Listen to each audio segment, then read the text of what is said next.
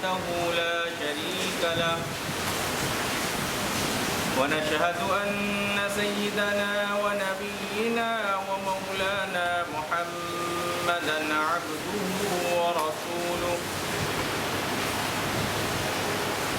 صلى الله تعالى عليه وعلى آله وصحبه وبارك وسلم تسليما كثيرا كثيرا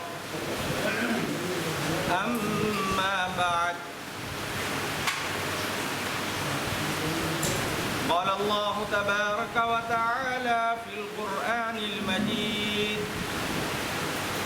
أعوذ بالله السميع العليم من الشيطان الرجيم بسم الله الرحمن الرحيم رب هب لي من الصالحين فبشرناه بغلام حليم فلما بلغ معه السعي قال يا بني إني أرى في المنام أني أذبحك فانظر ماذا ترى قال يا أبت افعل ما تؤمر ستجدني إن شاء الله من الصابرين صدق الله العظيم. محترم بزرگوں اور دوستوں، عزیز ساتھیوں، نوجوان بھائیوں، السلام علیکم ورحمۃ اللہ وبرکاتہ. اللہ رب العالمین کا فضل و کرم ہے کہ اللہ پاک نے ہمیں نماز جمعہ کے لیے اپنے بارگاہ عالی تک آنے کی توفیق عطا فرمائی. ہم اللہ رب العالمین کا جتنا بھی شکر ادا کریں وہ کم ہے. ابھی جب سے لاک ڈاؤن ہوا ہے اور لاک ڈاؤن کے بعد سے نماز کے لیے جو رعایت دی گئی ہے، اکثر و بیشتر مساجد میں جمعہ کے روز مختصر بیان ہو رہا ہے. حالات کو مد نظر رکھتے ہوئے مسجد کے ائمہ خطباء وہ 10 منٹ 15 منٹ گفتگو کر رہے ہیں، اور اس کی ایک وجہ یہ بھی ہوتی ہے کہ جب تک گفتگو ہو اس درمیان جس کی سنت باقی ہو یا جو تھوڑے 5 منٹ 6 منٹ دیر سے آ رہے ہیں تو ان کو سنت پڑھنے کا موقع مل جائے. اسی لیے 5-10 منٹ گفتگو ہوتی ہے تاکہ جو لوگ تھوڑے دیر سے آتے ہیں ان کو سنت پڑھنے کا موقع مل جائے. محترم بزرگوں اور دوستوں، کسی موضوع پر تسلسل سے گفتگو کرنا تو مناسب نہیں ہے، مگر قربانی کے پیش نظر میں آپ حضرات سے قربانی کے تعلق سے چند باتیں آپ حضرات کے سامنے پیش کروں گا. یہ جو قربانی کی جاتی ہے، جو قربانی منائی جاتی ہے، یہ جناب حضرت ابراہیم علیہ السلام اور جناب اسماعیل علیہ السلام کی سنت ہے. اللہ رب العالمین کو ان باپ بیٹے کی ادا اتنی پسند آئی کہ اللہ پاک نے رہتی دنیا تک جو ایمان والے ہیں، کلمہ پڑھنے والے ہیں اور جو صاحب استطاعت ہیں، اللہ نے ان لوگوں پر قربانی کو واجب کر دیا.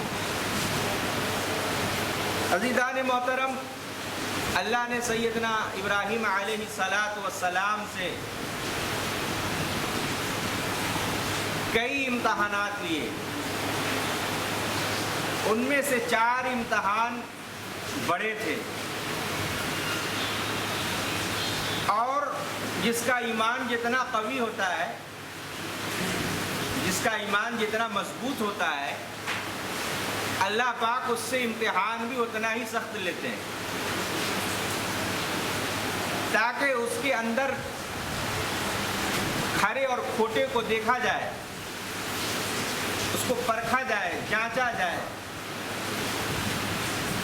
تو اللہ کے پیغمبر تھے تو اللہ نے امتحان بھی ویسا لیا.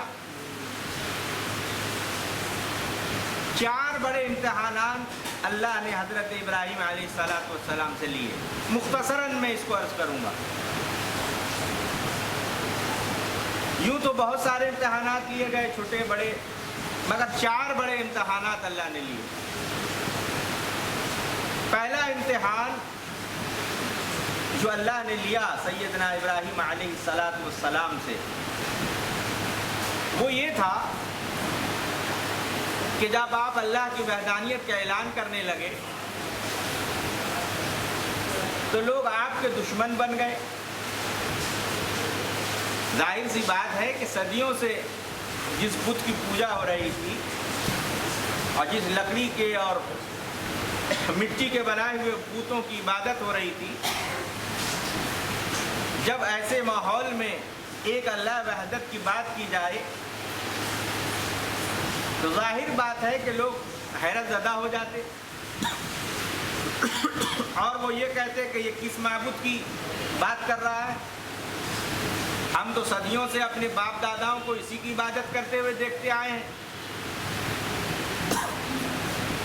اس طرح آج کے دور میں ہوتا ہے. اگر کسی غلط چیز کو یہ کہا جائے کہ بھائی یہ قرآن و حدیث میں نہیں ہے، جناب رسول اللہ صلی اللہ علیہ وسلم کی سنت نہیں ہے، کسی صحابہ سے ثابت نہیں ہے، تو لوگ کیا جواب دیتے ہیں کہ ہماری اماں کرتے آئی تھی، ہمارے ننیال میں ہوتا آیا ہے، ہمارے دادی کے یہاں ہوتا آیا ہے، تو ہم یہ کریں گے. تو دادی کے خاندان میں کیا جانے والا عمل سنت نہیں ہوتا ہے. ننیال میں ہونے والا کوئی رسم و رواج قرآن سنت نہیں بن جاتا ہے. تو اس زمانے میں بھی لوگوں نے یہ کہا کہ ہم تو صدیوں سے لکڑی کی عبادت کرتے تھے بت بنا کر کے، ہم تو صدیوں سے اپنے ہاتھوں سے معبود بنا کر اس کی عبادت پرستش کرتے ہیں، یہ کس کی عبادت کی دعوت دے رہا ہے. تو چنانچہ ایک دفعہ ایسا ہوا کہ میلہ لگا، تمام لوگ میلے میں چلے گئے. حضرت ابراہیم علیہ السلام نے بہانہ کر دیا اور وہ میلے میں شرکت نہیں کیا آپ نے. جب تمام لوگ چلے گئے تو حضرت ابراہیم علیہ السلام چھپ چھپا کر بت خانے میں داخل ہوئے جہاں پہ بت رکھے ہوئے تھے. وہاں انہوں نے جتنے چھوٹے چھوٹے بت تھے، کسی کے ہاتھ توڑ دیے، کسی کے پیر توڑ دیے، کسی کے کان توڑ دیے، کسی کا سر اڑا دیا، کسی کا پیٹ پھاڑ دیا، اور جو سب سے بڑا معبود تھا اس کے کندھے پر آپ نے کلاڑا رکھ دیا اور آپ گھر واپس چلے گئے. حکمت ادعو الی سبیل ربک بالحکمت والموعظۃ الحسنہ، کہ جب اللہ کی طرف لوگوں کو بلاؤ تو حکمت سے بلاؤ، لڑ کر نہیں، جس طرح آج لڑا جاتا ہے. آج اپنے مسلک کو صحیح ثابت کرنے کے لیے لڑائیاں ہوتی ہیں، لاٹھی اور ڈنڈے نکالے جاتے ہیں، مناظرہ ہوتے ہوتے قتل و غارت کی نوبت آ جاتی ہے. حکمت، قرآن نے کہا ادعو الی سبیل ربک بالحکمت والموعظۃ الحسنہ، کہ جب اللہ کی طرف لوگوں کو بلاؤ تو بڑے حکمت کے ساتھ بلاؤ. حضرت ابراہیم نے جو بتوں کو توڑا اور بڑے بت کو کچھ نہیں کیا اور اس کے کاندھے پر آپ نے کلہاڑا رکھ دیا، یہ بہت بڑی حکمت تھی. جب لوگ واپس آئے تو انہوں نے دیکھا کہ کسی کا ہاتھ ٹوٹا ہوا ہے، پیر ٹوٹا ہوا ہے، کسی کے دانت نہیں ہے، کسی کا آنکھ نہیں ہے، کان نہیں ہے، کسی کا پیٹ بھسکا ہوا ہے، تو لوگ گھبرا گئے اور لوگوں کا شک سیدھا حضرت ابراہیم علیہ السلام پر گیا کہ ہو نہ ہو یہی آدمی کا کام ہے. ہم تو اپنے معبود کے ساتھ یہ نہیں کر سکتے، ہم تو اس کی عبادت کرتے ہیں، ہم تو اس کے اوپر چڑھاوا چڑھاتے ہیں، ہم تو اس کی نظر و نیاز کرتے ہیں، ہم اپنی اولاد سے زیادہ اس سے محبت کرتے ہیں، ہم اس کو کیسے توڑ سکتے ہیں. حضرت ابراہیم علیہ السلام کو بلایا گیا نمرود کے دربار میں. نمرود نے ابراہیم علیہ السلام سے کہا کہ میرے معبود کے ہاتھ، پیر، کان، دانت کس نے توڑے؟ मेले में तो तुम नहीं गए थे, तुम ही ने तोड़े होंगे। हजरत इब्राहिम अलैहिस्सलाम ने हिकमत के साथ जवाब दिया। देखो हिकमत के साथ कहा कि जिसका हाथ टूटा है उसी से पूछ लो कि तुम्हारा हाथ किसने तोड़ा। जब तुम इसको मुश्किल कुशा समझते हो, हाजत रवा समझते हो, दाता समझते हो, गन बख्श समझते हो, खरी किस्मत खोटी करने वाले समझते हो, तो इसी से पूछ लो कि हाथ तोड़ने वाले से पूछो, जिसका हाथ टूटा है उससे पूछो कि तुम्हारे हाथ किसने तोड़े। जिसके पैर टूटे हैं उनसे पूछो कि तुम्हारा पैर किसने तोड़ा। जिसके दांत तोड़ दिए गए उससे पूछो कि तुम्हारे दांत किसने तोड़े। जिसकी आँख को जो है फोड़ दिया गया उससे पूछो कि तुम्हारी आंखें किसने फोड़ी। हजरत इब्राहिम अलैहिस्सलाम ने मुस्कुराते हुए कहा कि हो ना हो, मेरा शक ये है कि जो बड़ा वाला जो मूर्ति है ना, यही किया होगा, इसी की कारस्तानी है, पकड़ो इसको। दोनों ने कहा कि इब्राहिम, ये माबूद बोला नहीं करते। क्या हिकमत से दावत दे दी, क्या हिकमत से बात को समझा दिया आपने। उनकी जबान से सुनना था हजरत इब्राहिम को। हजरत इब्राहिम के सामने वो उन लोगों ने कहा क्या इब्राहिम, ये बुद्ध बोला नहीं करते, ये कहना था। हजरत इब्राहिम ने कहा, ए भाइयों, जब बुद्ध बोला नहीं करते, जब बुद्ध चला नहीं करते, जब बुद्ध खाया नहीं करते, जब बुद्ध पिया नहीं करते, जब बुद्ध देखा नहीं करते, जब बुद्ध सुना नहीं करते, तो फिर तुम्हारे औलाद कैसे पैदा कर देते हैं, तुम्हें दौलत कैसे दे सकते हैं, तुम्हें इज्जत से कैसे नवाज सकते हैं। ये दावत देने का अंदाज था। जब ये मुनाजरा हुआ तो हजरत इब्राहिम अलैहिस्सलाम के लिए लकड़ियां जलाई गई और नमरूद ने आग में फेंकने के लिए मीलों लकड़ियां जमा की गई और हजरत इब्राहिम को उसमें फेंका गया, जो आग को तपिश देता है, जो आग के अंदर गर्मी पैदा करता है। आग का काम है लोहे को पिघला देना, आग का काम है लकड़ी को जला देना, आग का काम है इंसान के जिस्म को भस्म कर देना, उसकी हड्डियों को जला देना। मगर जो आग को तपिश देता है, जो आग के अंदर जिसने गर्मी को पैदा किया है, उसी रब ने कहा, ऐ आग सुन, कुलना या नारु कूनी बरदन व सलामन अला इब्राहिम। कहे आग, बेशक मैंने तुमको जलाने के लिए बनाया है। तुम्हारे अंदर लोहा डाल दिया जाए तो लोहा पिघल जाए, तुम्हारे अंदर लकड़ी डाल दी जाए तो लकड़ी जो है आग लग जाए, मगर आज तुम्हारा काम कुछ और है। कुलना या नारू कूनी बरदन व सलामन अला इब्राहिम। कहे आग, आज ठंडी हो जाए इब्राहिम पर और सलामती के साथ ठंडी हो जाए। इतनी भी ठंड ना बन जाके इब्राहिम को ठंड की वजह से तकलीफ होने लगे। ये पहला इम्तिहान हजरत इब्राहिम ने पास किया।